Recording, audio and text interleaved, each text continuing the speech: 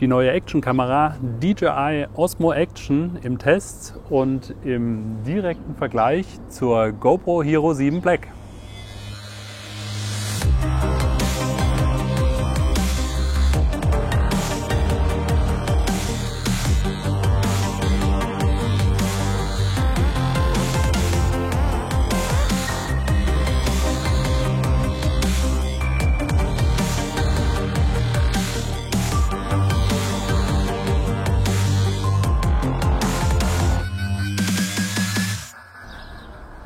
Willkommen auf drohnen.de. In dieser Folge wollen wir euch die Actionkamera DJI Osmo Action nicht vorstellen, sondern im Detail testen, und zwar auch im Vergleich zur GoPro Hero 7 Black. Das ist die größte Version der GoPro Action-Kameras, die es aktuell auf dem Markt gibt. Wir werden euch richtig viel Footage zeigen, also Original-Videoaufnahmen, Fotoaufnahmen und auch Tonaufnahmen, sodass ihr das selber sehr gut vergleichen könnt. Was wir in diesem Video nicht machen wollen, ist euch die technischen Details nochmal vorstellen, weil dazu haben wir euch schon ein separates Video gedreht. Falls ihr das nicht geschaut habt und euch die technischen Details und was die Kamera im Detail alles kann und wie die Menüs aussehen und so weiter erstmal mehr interessiert, dann würde ich vorschlagen, schaut euch zuerst mal unser Vorstellungsvideo an. Das verlinke ich euch hier oben mal. Einfach da auf den Link klicken, dann kommt ihr zum Vorstellungsvideo oder am Ende auch nochmal im Abspann von diesem Video, falls ihr es im Nachgang anschauen wollt, und dann natürlich auch gerne mit dem Video hier fortfahren, wo wir das Ganze intensiv testen. In ein paar Sätzen zusammengefügt oder zusammengefasst, was die Kamera kann. Es ist eine 4K-Kamera mit bis zu 60 FPS, also 60 Bilder pro Sekunde mit 100 Mbit Datenrate. Sie hat ein eigenes Stabilisierungssystem, sodass besonders für den Action-Bereich die ganzen Wacklungsbewegungen, zum Beispiel wenn sie auf dem Fahrrad montiert ist, automatisch ausgeglichen werden. Sie hat einen Slow-Mo-Modus mit bis zu 240 Bildern pro Sekunde. Das heißt, eine 8-fach Zeitlupenaufnahme ist damit möglich im Videobereich. Sie hat einen 1,2 CMOS-Sensor. Sie kann 12 Megapixel Fotos aufnehmen mit Einzelfotos, mit Burst Mode und so weiter und so fort. Man kann sie mit einer App verbinden, mit der DJI Mimo App, um dort die Live-Ansicht zu sehen und verschiedene Einstellungen zu machen. Gleichzeitig hat sie aber auf der Rückseite auch einen riesigen Touchbildschirm, wo man das Ganze konfigurieren kann. Sie hat Sprachsteuerung und das ganz Neue, sie hat auch von vorne einen Bildschirm, ein Display, sodass man auch im Selfie-Modus sich selber quasi sehen kann. Sie hat abnehmbare ND-Filter, die man verwenden kann. Die Preise von beiden Kameras blende ich euch hier unten mal ein. Da habt ihr auch die Preise direkt im Vergleich, die auch im Hinterkopf behalten im Zuge dieses Vergleichs. Der Link, wo ihr beide Kameras am günstigsten bestellen könnt, den packe ich euch unten in die Produktbeschreibung bzw. in die YouTube-Videobeschreibung mit rein, oder auch unter dem Link hier, wo ihr unseren schriftlichen Testbericht findet. Dort findet ihr auch nochmal die Links, wo ihr die Kameras natürlich bestellen könnt. Und ich würde sagen, dann schauen wir uns das Ganze jetzt mal in der Praxis an. Als erstes schauen wir uns mal Original-Footage, also unveränderte Originalaufnahmen direkt von der Kamera an, wie das Ganze aussieht, wenn es auf einem Selfie-Stick montiert ist. Ihr hört mich jetzt hier hinter der Kamera sprechen. Es sind 4K 30 FPS eingestellt und die Stabilisierung ist eingeschaltet. Ich drehe die Kamera mal rum, dass wir hier quasi im Selfie-Modus sind. Bei der DJI Osmo Action kann man wunderbar auf dem Bildschirm jetzt auch den Bildausschnitt erkennen. Also ich sehe wunderbar, ob ich im Bild bin oder nicht. Und ihr hört jetzt auch die Originaltonaufnahmen, wenn ich vor der Kamera bin. Das ist ja auch mal sehr wichtig, nochmal das praktisch zu hören, weil man sich ja nicht nur hinter der Kamera bewegt und gegebenenfalls irgendwas dokumentiert, sondern das ein oder andere Mal eben auch vor der Kamera.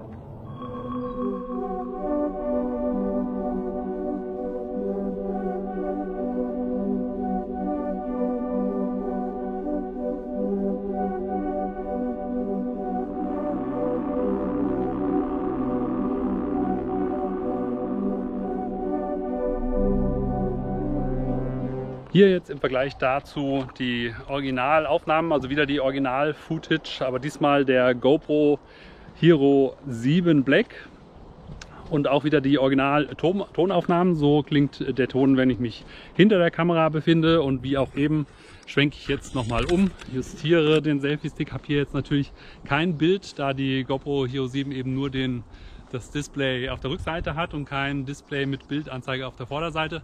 Aber so könnt ihr jetzt auch die Aufnahmen in der Selfie-Position nochmal sehen und auch den Ton hören, wie sich das Ganze anhört, wenn ich mich eben vor der Kamera befinde, direkt im Vergleich.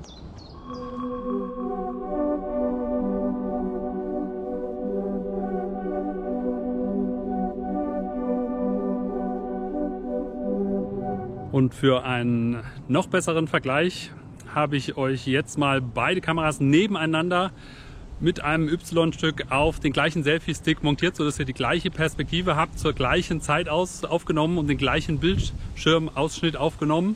Über das kleine Lautsprechersymbol, was ich euch am Bildschirmrand einblende, seht ihr, welcher Ton gerade ausgegeben wird. Und das ist aktuell der Ton von der GoPro Hero 7. Ich schalte jetzt mal um auf den Ton von der DJI Osmo Action. Das jetzt sind im Vergleich die Tonaufnahmen von der DJI Osmo Action. Ich schwenke die Kamera jetzt mal wieder um mich selber zu filmen, sozusagen im Selfie-Modus. Ihr hört immer noch den Ton von der DJI Osmo Action und ich wechsle dann jetzt nochmal den Ton zur GoPro Hero 7. Und das ist jetzt wieder der Ton von der GoPro Hero 7, sodass ihr das direkt einmal miteinander vergleichen könnt und auch das Bildmaterial 1:1 nebeneinander habt. Das Ganze ist nach wie vor immer noch aufgenommen in 4K 30 FPS. Beide Kameras schaffen 4K 60 FPS und die Stabilisierung ist aktuell bei beiden Kameras eingeschaltet. Und das hier ist das Original-Videomaterial im HDR-Modus, im High Dynamic Range Modus. Und diesen Videomodus, den besitzt nur die DJI Osmo Action und nicht die GoPro Hero 7.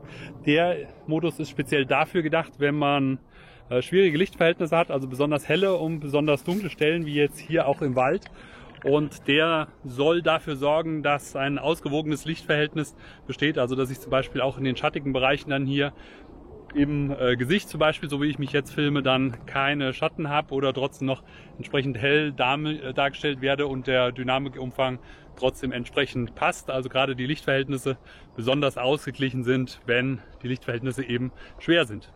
Nochmal ein Unterschied zu beiden Kameras. Beide Kameras haben ja einen großen Weitwinkel. Das hat zum Nachteil, wenn ihr euch jetzt mal den Baum beobachtet, der eigentlich schnurgerade ist. Wenn ich den Baum ein bisschen zur Bildseite wandeln lasse, dann seht ihr, wie dort immer mehr die Linsenkrümmung zum Tragen kommt und dass man sozusagen einen Fischaugeneffekt hat, dass der Baum dann nicht mehr gerade wirkt, sondern sich biegt. Dort können beide Kameras das Bild kompensieren, wie es bei DJI heißt, oder begradigen eben, was die GoPro auch macht. Und das kann die GoPro aber nur bei Full HD. Die DJI Osmo Action kann das auch in 4K, sodass ich euch das hier im 4K-Video jetzt mal zeigen kann. Und dafür stelle ich die DJI Osmo Action auf Kompensation um. Hier jetzt nochmal das Bild mit umgeschalteten Modus. Wie gesagt, nur bei der DJI Osmo Action mit umgeschaltetem Modus. Und wenn ich jetzt den Baumstamm hier zum Seitenrand wandern lasse, dann seht ihr, wie die Krümmung bei der GoPro immer noch zunimmt, aber bei der Osmo Action der Baum ziemlich gerade bleibt. Der Bildausschnitt ist jedoch, wie gesagt, dadurch auch ein bisschen kleiner geworden. Das Ganze funktioniert bei der GoPro auch, aber nur im Full-HD-Bereich und nicht im 4K-Bereich. Wahrscheinlich, weil der Bildsensor nicht entsprechend groß genug ist, um dort das Bild noch weiter beschneiden zu können und das Sichtfeld einzuengen, ohne dass ein Qualitätsverlust im Video dann nachher zu verzeichnen ist. Jetzt zum nächsten Anwendungsszenario, und zwar werden wir jetzt die beiden Kameras auch wieder parallel nebeneinander mit der gleichen Halterung auf das Fahrrad montieren und dann den Waldtrack hier fahren und die Stabilisierung und die Kamerabild- und Tonqualität überprüfen und vergleichen. Zu Beginn und zum Vergleich haben wir bei beiden Kameras erst einmal die Bildstabilisierung deaktiviert und man sieht, dass das Videomaterial eigentlich absolut unbrauchbar ist. Die Vibrationen werden vom Fahrrad direkt auf die Kamera übertragen und das Bild wackelt viel zu stark, um die Aufnahme überhaupt noch verwenden zu können. Jetzt sehen wir die Aufnahmen mit aktivierter Stabilisierung vom Osmo Action und auch den Ton. und hier von der GoPro Hero 7 Black mit Stabilisierung an und auch der Ton. In den folgenden Aufnahmen, ebenfalls mit aktivierter Bildstabilisierung, haben wir euch beide Bilder mal genau nebeneinander geschnitten, sodass ihr beide Actionkameras genau vergleichen könnt, sowohl vom Ton her als auch vom Bild her. Das Ton-Icon, also der kleinere Lautsprecher, zeigt euch wieder an, welcher Ton aktuell genommen wird. Und es ist der Wahnsinn, was die Kameras an Bildstabilisierung schaffen.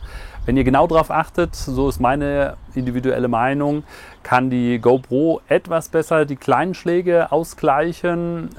Die DJI Osmo Action dafür die robusteren Schläge, wo die Schläge dann bei der GoPro doch schon wieder mit zu sehen sind. Also größere Verwacklungen, größere Hüpfer über Bodenwellen sozusagen, die kommen bei der GoPro durch. Bei der Osmo Action ist das Bild insgesamt weicher und eher kinoreif. Was einem besser gefällt, bleibt natürlich jedem selber überlassen. Auch vom Ton her sind klare Unterschiede zu erkennen, genauso wie vorher schon bei den Sprachaufnahmen. Der Ton von der DJI Osmo Action ist wesentlich klarer und heller. Dadurch hört man aber auch ein bisschen mehr die Kettengeräusche beim Fahrradfahren. Die GoPro wesentlich dumpfer, dadurch alles ein bisschen rumpeliger, klingt auch ein bisschen mehr nach Action. Auch hier ist natürlich wieder klar, jedem seine eigene Meinung und jeder muss sich sein eigenes Bild schaffen. Wenn ihr auf das Bild selber achtet, ist meiner Meinung nach das Bild der GoPro Hero 7 extrem übersättigt oder relativ übersättigt. Das ist natürlich immer eine individuelle Meinung. Das heißt, das Ganze ist relativ bunt und gleichmäßig bunt. Die Farben der DJI Osmo Action kommen mir etwas natürlicher vor. Das sieht man speziell bei den Waldpassagen. Da einfach mal drauf achten und einfach euer eigenes Bild davon machen. Besonders vorher bei den Gesichtsaufnahmen sieht man auch, dass Gesichter bei der GoPro doch sehr matt und geschminkt erscheinen, was ich definitiv nicht war. Und dort auch einfach vielleicht nochmal im Vergleich die Osmo Action Aufnahmen ansehen. Die kommen mir da einfach etwas natürlicher vor, aber da muss jeder seinem individuellen Geschmack einfach folgen.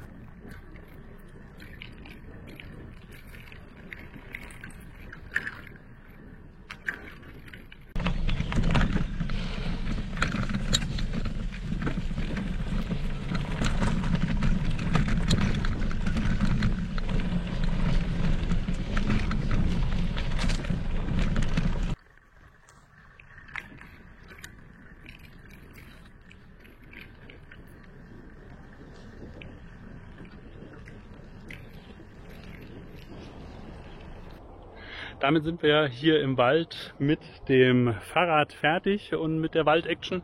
Weiter geht's auf die Straße. Jetzt testen wir das Ganze am Auto mit einer Autohalterung, mit Saugnäpfen und auch wieder beiden Kameras parallel nebeneinander montiert. Zuerst die Montage an der Seitentür außen.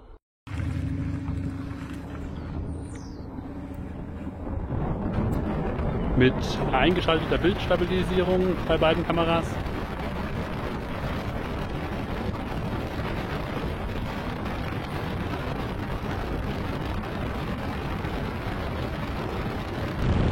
Mit ausgeschalteter Bildstabilisierung bei beiden Kameras.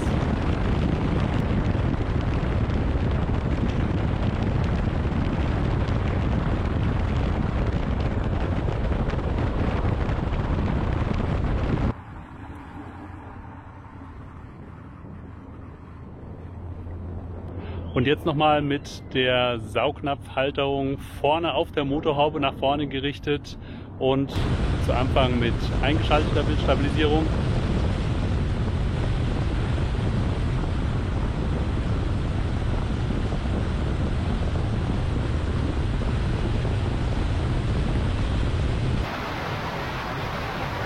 Und mit ausgeschalteter Bildstabilisierung.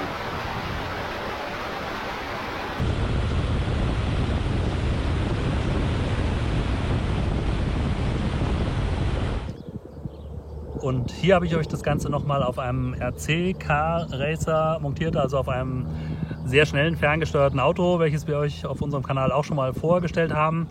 Den eigentlichen Mantel, also das Gehäuse, habe ich dabei demontiert, denn das wäre zu weich gewesen, um die Kameras wirklich stabil zu halten. Deswegen sind die Kameras hier direkt fest mit dem Chassis verbunden, um auch die hohen Geschwindigkeiten auszuhalten und bei den Vibrationen nicht zu stark mitzuschwingen. Und das Ergebnis schauen wir uns jetzt gleich einmal an.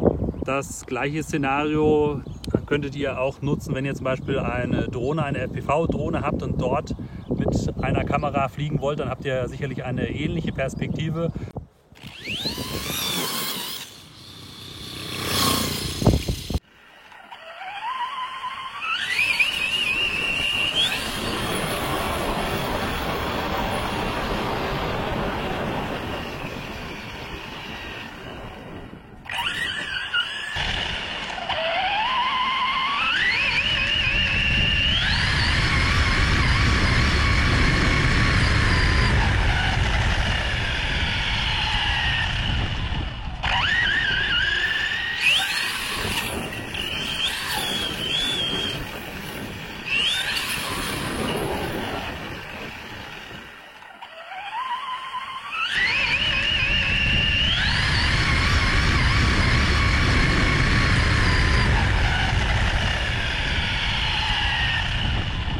Jetzt schauen wir uns noch die Zeitlupenfunktion an, und zwar 240 FPS, also 240 Bilder pro Sekunde. Das entspricht dann einer 8-fachen Verlangsamung gegenüber der normalen Realitätszeit. Das Ganze ist allerdings dann nicht mehr in 4K möglich, sondern nur noch in Full HD, also 1080p.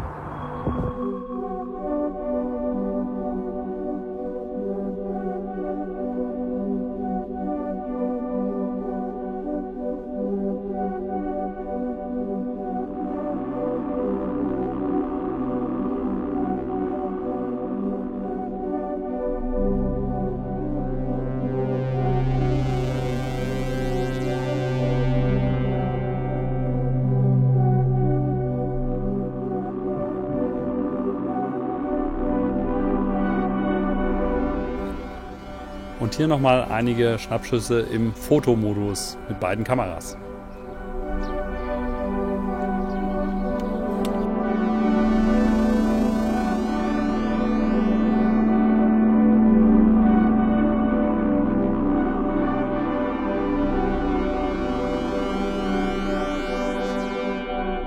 Zusätzlich zum normalen Zeitraffer, der ja aus vielen Einzelbildern zusammengeschnitten wird, also wirklich einzelne Bilder, die einfach im Zeitabstand nacheinander aufgenommen wird, haben beide Kameras nochmal einen erweiterten Modus, einen sogenannten Hyperlapse-Modus, wie ihn DJI selber auch nennt.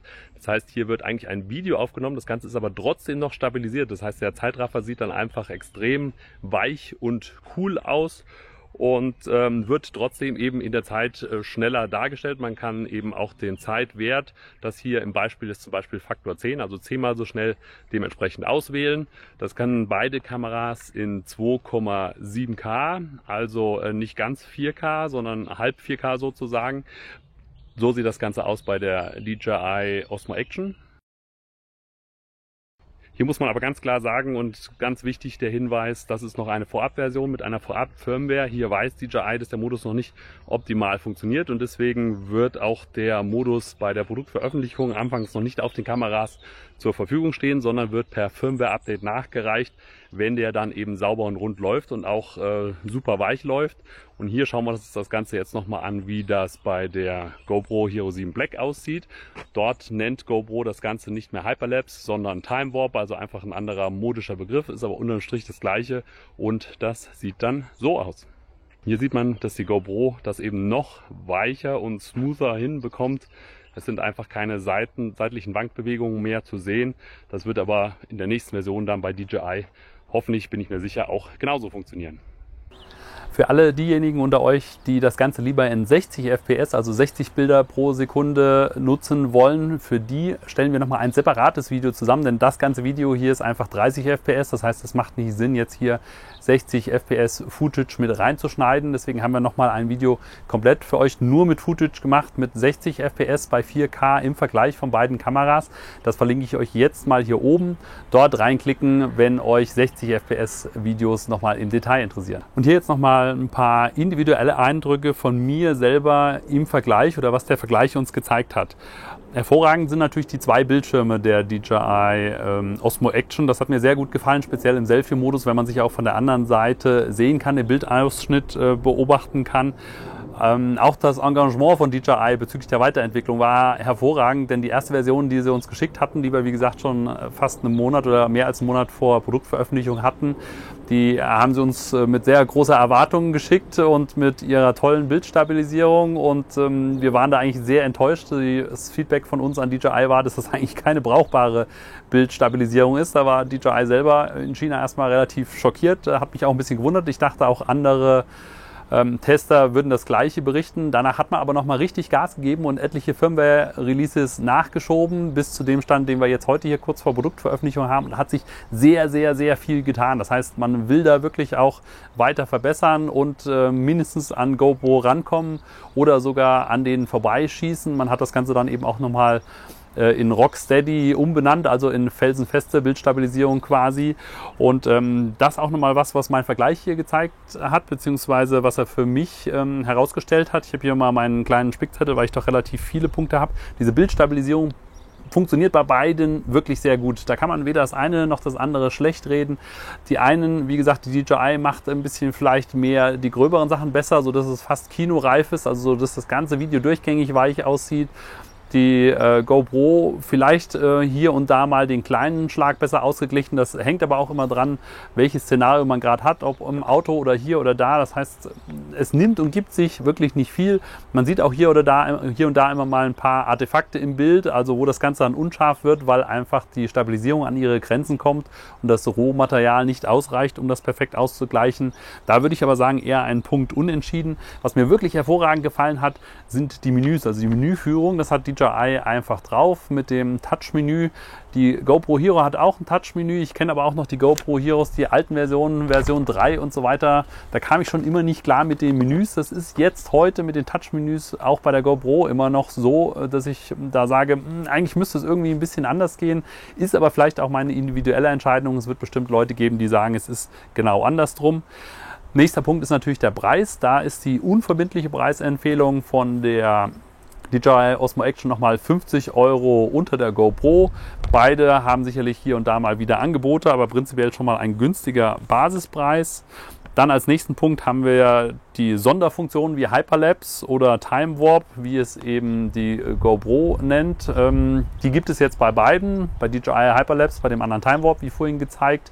Funktionieren beide sehr gut. Wie gesagt, DJI wird da firmware-technisch noch was nachliefern und die Funktionen vielleicht nicht ab Produktstart schon verfügbar. Zeitraffer haben auch beide. HDR-Video gibt es nur bei DJI, also da nochmal ein Pluspunkt für DJI. Wer in zwielichtigen Lichtverhältnissen filmt, kann das vielleicht benutzen. Slow-Mo ist auch relativ gleich, 240 FPS. Die GoPro weist extra nochmal im Menü darauf hin, dass sie eine Windreduktion hat, die man an- und ausschalten kann. Ich habe da jetzt aber nicht den großen Unterschied zur DJI gemerkt. Vielleicht macht das DJI einfach so oder so automatisch, ohne da speziell einen Menüpunkt für zu haben. Großer Vorteil bei der DJI ist nochmal das Akkufach. Dort hat man nicht eine einzelne Klappe, wie man in unserem anderen Vorstellungsvideo gesehen hat, die man aufmachen muss, sondern die Klappe kommt quasi mit dem Akku raus. Das ist einfach angenehmer, es sind weniger frickelige kleine Teile, die man bewegen muss, und das Ganze in einem rauen Umfeld benutzt, bringt dann schon wieder Vorteile, wenn das auch einfach nochmal einfacher ist. Gleicher Pluspunkt gilt auch für die ND-Filter. Dort werden die einfach geschraubt bei der Osmo Action. Bei der GoPro ist das ein Clip-System. Ich habe es mich auch ehrlich gesagt gar nicht getraut, dort abzumachen. Ich hatte auch keine Wechselfilter, aber einfach aufschrauben bei der DJI ist einfach ein großer Vorteil. Ein weiterer Vorteil von der DJI Osmo Action ist ganz klar die Linearität vom Bild. Also wie vorhin gezeigt, der Fischaugeneffekt ist bei beiden da. Der ist bei der GoPro sogar noch wesentlich stärker. Und bei der DJI kann man den aber bis auf fast 0 oder sogar 0 reduzieren, und das sogar bei 4K. Und das kann die GoPro nicht bei 4K, sondern nur bei kleinerer Auflösung und dort auch nicht so stark. Das heißt, wer ein schönes, gerades Bild haben will, ähnlich wie mit einer DSLR aufgenommen, von der Linearität her, der ist da mit der DJI Osmo Action auf jeden Fall besser beraten. Vorteil auch noch die 100 Mbit Datenrate. Punkt für die GoPro dann wiederum, dass sie ein GPS hat, wenn man es braucht. Ich habe da jetzt nicht den speziellen Anwendungsfall. Wenn man aber GPS-Daten im Bild braucht, geht der Punkt an die GoPro. HDMI-Anschluss hat auch nur die GoPro, wer direkt mit dem Monitor das Material vergleichen will. Die angegebene Akkuzeit ist von DJI minimal besser. Gewicht dafür wieder DJI etwas schwerer. Der Ton ist sicherlich individuell, wie vorhin gesagt, von der DJI Osmo Action eigentlich der klarere Ton, speziell für Sprachgeschichten und so weiter besser. Für Action-Sachen will man vielleicht mehr das Dumpfe von der GoPro haben, aber das ist wirklich sehr individuell und hängt auch vom Anwendungszweck ab. DNG RAW können beide machen, Sprachsteuerung funktioniert bei beiden, wasserfest sind beide, plus minus ein paar Meter. Zubehör ist komplett gleich, 4K bei 60 FPS. Und damit sind wir eigentlich schon im Groben durch. Das heißt, beide Kameras ein paar Plus- und Minuspunkte. Da bleibt es einfach zu entscheiden, was wem eben lieber ist. Wie eingangs schon erwähnt, in diesem Video hier haben wir ja mehr den Vergleich gezogen, euch aber nicht die technischen Daten und Fakten im Detail gezeigt und die ganzen Bildschirmmenüs und die ganzen Funktionen und so weiter und so fort. Dafür haben wir euch schon ein separates Video erstellt, und zwar das Vorstellungsvideo von der DJI Osmo Action. Wenn ihr das auch noch schauen wollt und weitere Fakten euch anschauen wollt, dann bleibt kurz bis nach dem Abspann dran. Dort blende ich euch nochmal den Link ein, wo ihr zu dem Vorstellungsvideo kommt. Zusammenfassend bleibt zu sagen, beide Kameras sind wirklich super gute Action-Kameras, mega robust mit einer hervorragenden Stabilisierung, mit ganz vielen Eigenschaften, die eine typische Actionkamera braucht. Und ganz großer Vorteil ist wirklich das Universalzubehör, was von beiden Kameras genutzt werden kann, denn die ganzen Halterungen, wie gesagt, haben die gleichen Aufnahmemöglichkeiten, sodass auch alles GoPro Zubehörmaterial auch hierfür genutzt werden kann, und dadurch gibt es natürlich ein riesen Spektrum an Autohaltern, Fahrradhaltern und so weiter und so fort. Prinzipiell müsst ihr selber entscheiden, welche der ganzen gezeigten Vor- und Nachteile euch für eure Anwendungszwecke das Wichtigste sind oder welche eher unwichtig sind, und auf der Basis und natürlich auch auf der Preisbasis, den blende ich euch hier unten nochmal ein zum Vergleich.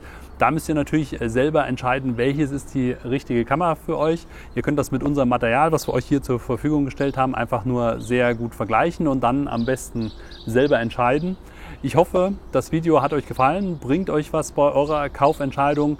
Es wäre sehr schön, wenn ihr natürlich ein Like für das Video hinterlassen könnt, gerne auch unten kommentieren könnt, welche Kamera ihr am besten findet, welche Features und Funktionen euch bei der einen oder beim anderen Modell besonders gut gefallen oder besonders wenig gefallen oder welche zusätzlichen Funktionen ihr noch gerne hättet. Da bin ich sehr gespannt auf eure Kommentare. Ansonsten abonniert natürlich auf jeden Fall gern unseren Kanal, dass ihr bei zukünftigen Videos über die Osmo Action, über die GoPro, über Drohnen und was auch immer oder Neuerscheinungen natürlich wieder mit dabei seid.